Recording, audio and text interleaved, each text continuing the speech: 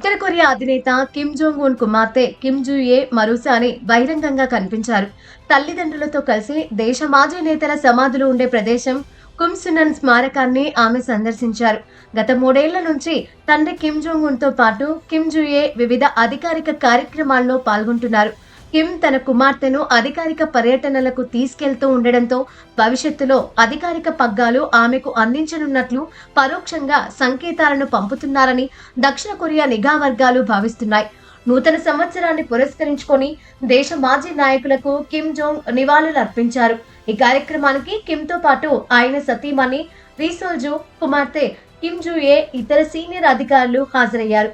గతేడాది కిమ్ చైనాకు అధికారిక పర్యటనకు వెళ్లిన సమయంలో కూడా ఆయన వెంట కిమ్ జూయే ఉన్నారు.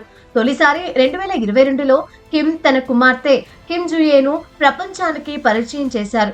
2023లో మిలిటరీ వ్యవస్థాపక దినోత్సవం సందర్భంగా ప్యాంగ్యాంగ్ లో రెండోసారి కనిపించారు. ఇక ఆ తర్వాత నుంచి పలు అధికారిక కార్యక్రమాలకు కూడా హాజరవుతున్నారు. కాగా ఉత్తర కొరియా అధ్యక్షుడు కిమ్ జోంగ్ ఉన్ కు 2 కుమార్తెలు, ఓ కొడుకు ఉన్నట్లు దక్షిణ కొరియా నిఘా వర్గాలు పేర్కొన్నాయి.